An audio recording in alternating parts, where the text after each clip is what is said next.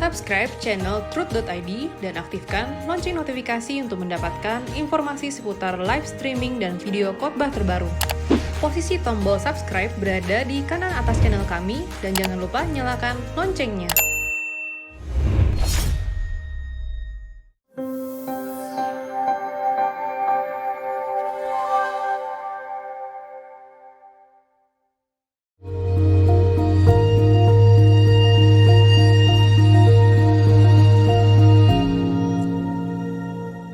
Saudara, kita kembali masuk di episode 236, Anda bertanya Alkitab menjawab. Salam Pak Eras, terima kasih untuk jawaban atas pertanyaan-pertanyaan ya, di Abam. Khususnya di Efesus 2:19 ya. Sebelumnya saya sudah menonton Ekumene Bible Course mengenai keselamatan luar Kristen, di mana Pak Eras membagi menjadi beberapa kategori manusia, menolak, pasif, menerima, dan lain-lain. Namun saya belum menemukan Alkitab bahwa ada pembagian keluarga kerajaan Allah dan warga masyarakat di surga nanti. Apakah boleh ditunjukkan dari bagian mana Alkitab? Di Alkitab kita menemukan adanya orang-orang yang dimuliakan bersama dengan Yesus, orang-orang yang disebut anak-anak Allah, karunia sulung roh, dan yang diperkenan masuk Yerusalem baru, yang akan menerima hak-hak ya, wilayah, kekuasaan seperti yang Bapa berikan kepada Tuhan Yesus. Ya. Itu sudah cukup membuat kita mengerti ada anak-anak Allah, ada yang memerintah menjadi hakim-hakim, bahkan disebut sebagai raja-raja dalam kerajaan surga. Ada yang tentu menjadi masyarakat. Kalau ada pemerintahan, pasti ada wilayah, ada rajanya, ada hulu balang, dan ada masyarakatnya. Nah, bisa dilihat nanti secara teliti lagi di surga, di seri berapa ya, mengenai masyarakat, dinamika kerajaan surga, saya menjelaskan hal ini. Tentu lebih jelas dari apa yang saya kemukakan sekarang. Saya mohon penjelasannya mengenai kehendak bebas manusia dalam setiap keputusan hidupnya jika manusia memiliki kehendak bebas. Kenapa ya Pak Tuhan mengatakan bahwa Petrus akan menyangkalnya atau bahwa Yudas akan mengkhianatinya? Bagaimana jika saat itu Petrus dan Yakobus tidak mengambil keputusan tersebut? Bukankah salah itu perkataan Yesus? Yang pertama, bahwa semua kehidupan Yesus di perjanjian baru harus dinubuatkan di perjanjian lama untuk memverifikasi, membuktikan siapa utusan Allah yang benar. Karena ada juga orang-orang yang mengaku utusan Allah. Utusan Allah harus diverifikasi oleh nubuatan. Masuk kota Yeriko, lahir di Bethlehem, dan seterusnya. Dan salah satunya adalah ketika salah satu dari muridnya akan berkhianat. Itu tidak harus Yudas mestinya, Petrus pun bisa. Jadi ketika dinubuatkan itu tidak menunjuk nama orang, tapi ada salah satu. Tentu kalau dilihat dari perspektif Allah yang Maha Tahu, untuk memverifikasi kejadian itu, misalnya masuk kota Yeriko, mengendarai keledai. Bagaimana seandainya tidak terjadi itu? Tidak mungkin. Nubuat pasti digenapi. Bukan berarti itu diputuskan, ditetapkan, tapi dinubuatkan. Nah, berbeda lagi dengan Petrus yang akan menyangkal. Nah, ini marifat namanya. Ini bisa juga seperti nubuat. Jadi jangan disamakan Yudas, salah satu yang berkhianat, dengan Petrus yang akan menyangkal. Ini beda. Ya. Penyangkalan Petrus itu tidak dinubuatkan. Pengkhianatan salah satu murid Yesus itu dinubuatkan. Ya.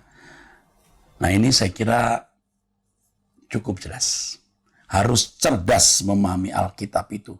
Nah, selama ini orang mengatakan Yudas ditentukan untuk berkhianat. Itu salah. Yang dinubuatkan satu di antara 12 murid.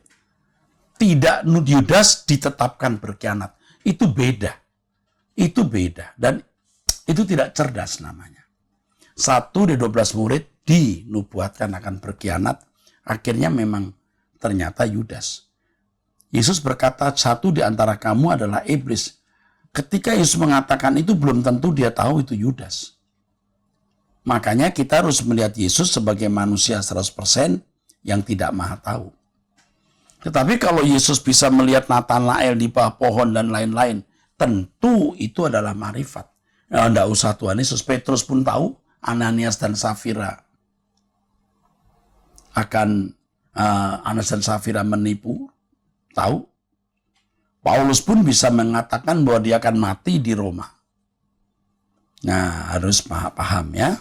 Oke. Saat jika itu Petrus Yakobus tidak mengambil keputusan tersebut, bukankah jadi salah perkataan Yesus? Oh, tidak mungkin.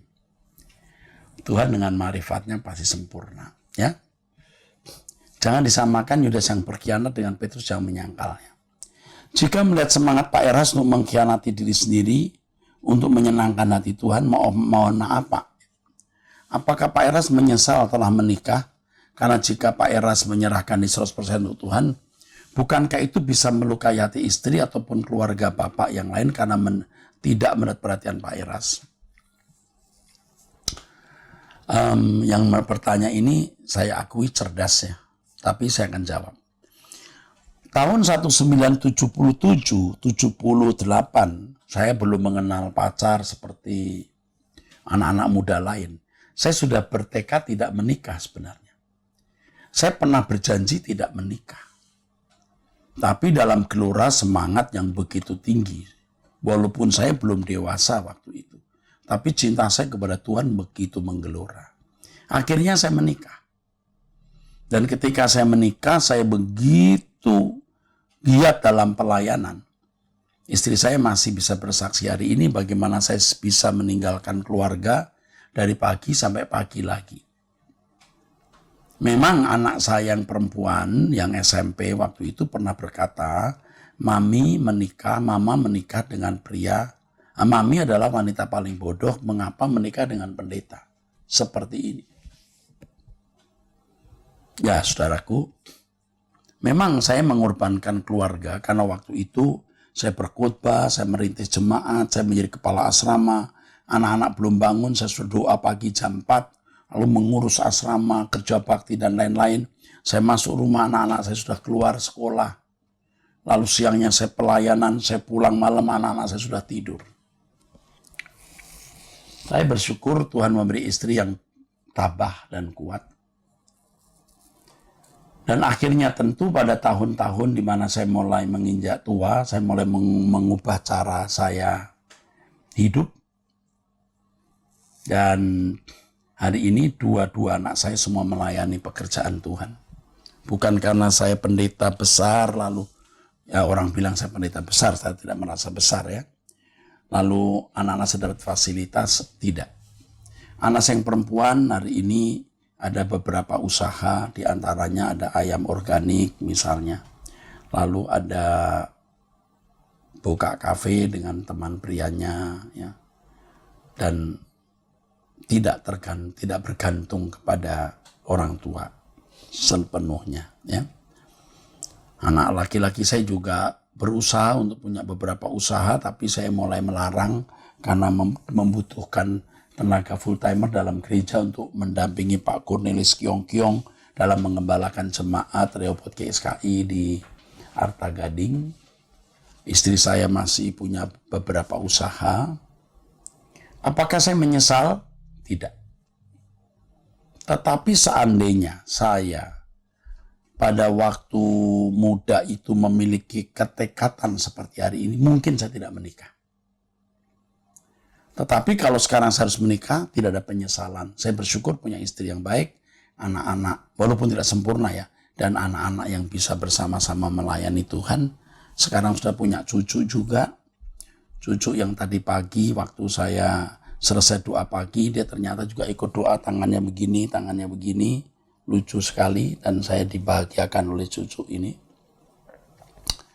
Lalu ditanya oleh menantu saya, ini siapa? Kungkung Eras. Sedang apa? Kerja.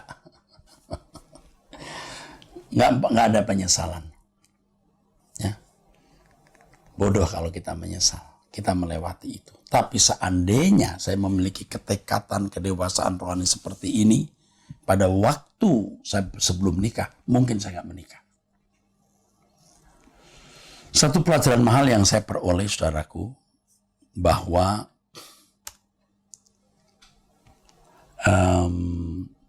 kalau kita takut akan Allah, mengasihi Allah, keluarga kita pun akan dipelihara, dijaga Allah.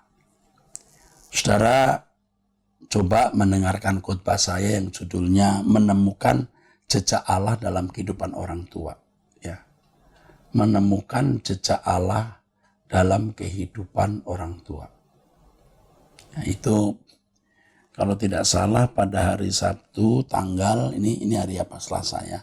Ini 2, tanggal 6. Sabtu tanggal 6, jam 1 tanggal 6, itu ada acara, saudara bisa mencari di YouTube, saya pasti saudara akan menemukan itu. Ya. Oke, cukup, sudah curhat ini ya, supaya saudara mengerti.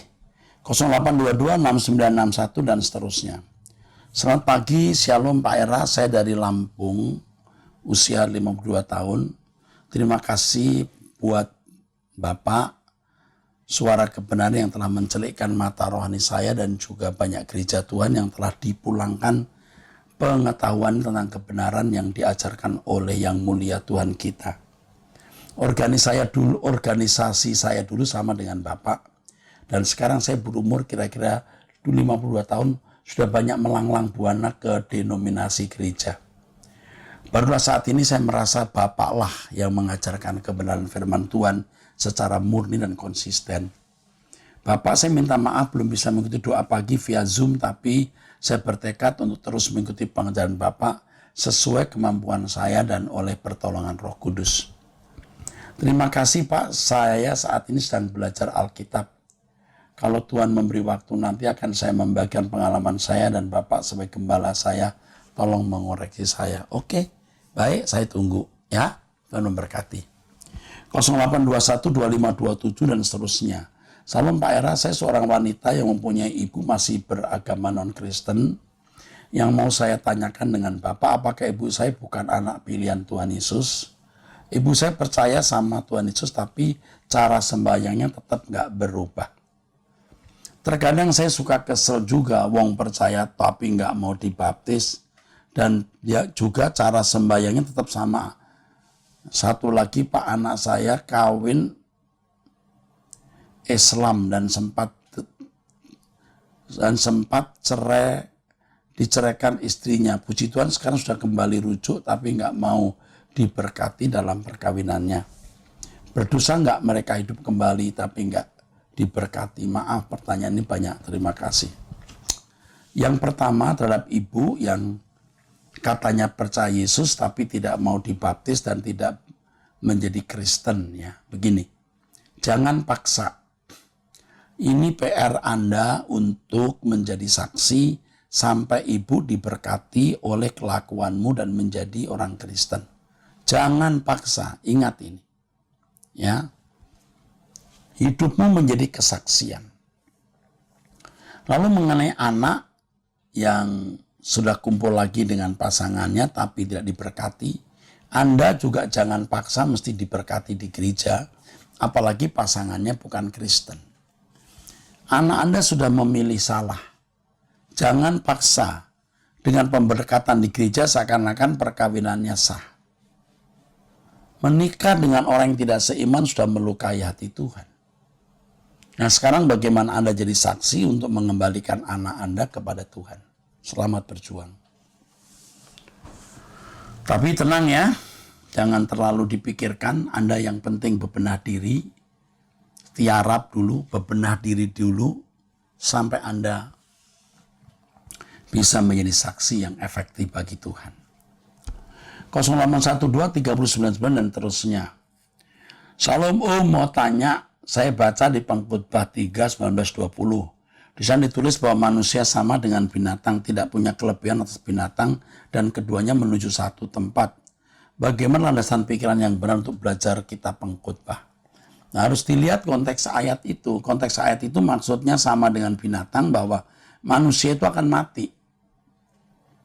Itu yang jelas, akan berakhir, sama seperti binatang. Lalu yang kedua, seperti binatang tidak punya pengharapan, manusia berdosa tidak juga mempunyai pengharapan. Dengan ayat itu supaya kita tahu bahwa kita akan mati. Tetapi mati kita harus mati yang bermartabat, jangan seperti binatang. Sama-sama mati tapi tidak memiliki pengharapan. Binatang tidak punya pengharapan, manusia juga tidak punya pengharapan yang tidak takut akan Allah. Maka kalau saudara membaca kitab pengkhotbah di pasal-pasal terakhir, ya dikatakan apa? Takutlah akan Allah. Oke? Itu. Jadi jangan seperti binatang maksudnya. Oke. 08573146. Ibu rumah tangga usia 47 tahun dari Sidoarjo. Sejak mengikuti Truth ID, baik ibadah raya, PA Wanita Surgawi, SK, doa malam maupun ABAM, semakin banyak kebenaran yang saya dapatkan. Beda dengan yang saya dapat selama ini. Isi materi awalnya sih bagus, harus dekat dengan Tuhan. Saya ending khotbahnya menekankan pada kesuksesan di dunia dengan lebih condong memberi contoh-contoh PL. Ini khotbah-khotbah yang didengar pada umumnya ya. Memang tidak salah mengambil mereka sebagai contoh, tapi bukankah seharusnya lebih mengambil ajaran Tuhan Yesus yang mengutamakan untuk menyiapkan diri di langit baru bumi baru. Pengen share khotbah-khotbah Bapak ke jemaat, tapi saya khawatir menimbulkan konflik dengan gembala saya. Yang saya lakukan paling posting di medsos dengan mengutip khotbah Bapak yang saya jadikan quote, mengambil quote Bapak dari IG, dan lirik lagu-lagu Bapak, pakai inisial Bapak, sekalian lewat ABAM. Saya minta izin Pak Eras, juga suami sering menyisipkan ajaran dari Truth ID di komsel online kami. Bagus. Oh ya Pak, kapan Ecumenical Bible Course dimulai lagi? Senang rasanya akan dapat ilmu kebenaran sesuai ajaran Alkitab. Rasanya ada yang kurang juga, Senin dengan Kamis malam tidak ada tayangan baru di Truth ID. Paling sesekali nonton ulang tayangan-tayangan yang lalu atau di Truth TV. Sekian Pak Eras, terima kasih. Baik, untuk masalah ABC yang akan saya sampaikan akan kami pertimbangkan segera bisa ditampilkan. Baik, 08126237 dan seterusnya. Salam Pak Eras, nama saya pria umur 36 tahun dari Sumatera Utara. Saya sangat terberkati dengan khotbah-khotbah Pak Eras, Pak. Saya mau tanyakan apakah yang sudah 2 kali menikah tidak boleh melayani lagi? Soalnya di gereja kami ada salah seorang ibu yang melayani di gereja kami, diketahui sudah 2 kali menikah. Yang pertama suaminya sudah meninggal dan suaminya yang kedua seorang sekarang duda resmi bercerai dengan istrinya. Tapi istri dari suaminya masih hidup. Dalam hal ini terjadi perdebatan antara sama pelayan dan juga sama hamba Tuhan lainnya. Yang satu berkata ibu yang pernah menikah 2 kali tidak boleh melayani di gereja kan dianggap berzina menurut Matius 5:32. Dan yang lain berpandangan ibu yang tadi boleh melayani sebab bukan masa lalu seseorang yang dilihat tetapi masa sekarang. Memang menurut saya ibu tersebut sangat tulus dan dalam melayani. Mohon pencerahannya Pak. Oke, di episode berapa ya? Oke. Yang pertama, kita tidak boleh sembarang memberi kesempatan orang melayani tanpa melihat latar belakangnya. Tetapi kita juga tidak boleh menghalangi orang untuk melayani hanya karena sudah pernah menikah 2 kali. Nah, kasus dari keluarga ini atau pasangan ini harus dilihat dengan jelas. Saya tidak bisa mengatakan boleh atau tidak, karena saya tidak tahu proses perceraian duda tadi. Duda tinggal di mana, lalu istri lamanya apakah satu jemaat? Kalau satu jemaat apakah keluarga pendeta? Apakah juga aktivis? Harus semua dilihat secara komprehensif. Kalau misalnya istri dari duda tersebut ternyata juga jemaat di situ, sulit suami, mantan suaminya lalu berkhutbah di situ. Nah, maka harus dilihat dengan jelas semua kasus secara lengkap. Tapi jangan melarang. Sebab Tuhan berurusan dengan kita bukan siapa kita kemarin atau dulu, tapi siapa kita hari ini dan menjadi apa kita nanti. Tuhan memberkati. 0895 1577 dan seterusnya. Pak Era, saya wanita usia 43 tahun, Pak. Saya berterima kasih dibimbing oleh banyak khotbah Pak Eras, Zoom doa pagi, Zoom Pak Weknyo, dan lain-lain yang berhubungan dengan LB3. Di mana saya bisa berusaha lebih lagi hidup kudus, saya perlahan bisa mengendalikan pornografi dan masturbasi, onani, di mana Pak Eras telah menjawab beberapa pertanyaan saya dan episode yang lalu. Salam satu jiwa LB3. Berkemas-kemas, Pak. Hanya bisa bilang terima kasih buat Roh Kudus melalui Pak Eras, keluarga, dan tim yang bertugas. Tuhan memberkati. Oke, terima kasih. Saya senang kalau Anda bisa diubahkan melalui pemberitaan firman ini. Ini kebahagiaan kita, ya. Kebahagiaan saya, kebahagiaan Ibu juga, ya. Ada pertanyaan yang nomornya tidak diinfokan. Ini pria usia 50 tahun dan tidak menikah. Karena tidak bisa menikah sehingga memilih hidup sendiri. Sudah 3 tahun ini mendekatkan diri dengan Tuhan karena tidak mau lagi menjalani gaya hidup yang sama lama, gaya hidup yang lama. Dan ingin sisa hidupnya untuk memuliakan Tuhan. Mencoba terus memperbaiki diri agar bisa menjadi anak Bapak, ya, anak Bapak Tuhan Yesus. Pria ini saya sangat menikmati hidup saya yang sekarang. Setiap hari saya selalu menonton khotbah-khotbah pendeta dari YouTube. Salah satunya khotbah dari Pak Pendeta juga. Malam ini saya mendengarkan khotbah dari pendeta perempuan yang sudah sangat terkenal, yang juga saya ikuti juga YouTube. Dan saya sangat takut karena pendeta ini bilang kalau gay atau homoseks tidak ada tempatnya di surga. Jadi saya jadi merasa saya nanti masih masuk neraka. Walaupun sekarang mendekatkan diri dan berubah. Orientasi seks saya yang dari kecil tidak pernah bisa saya ubah walaupun saya sudah sangat berusaha mencoba, tapi tidak bisa. Jadi percuma saya bertobat dan mendekatkan diri pada Tuhan.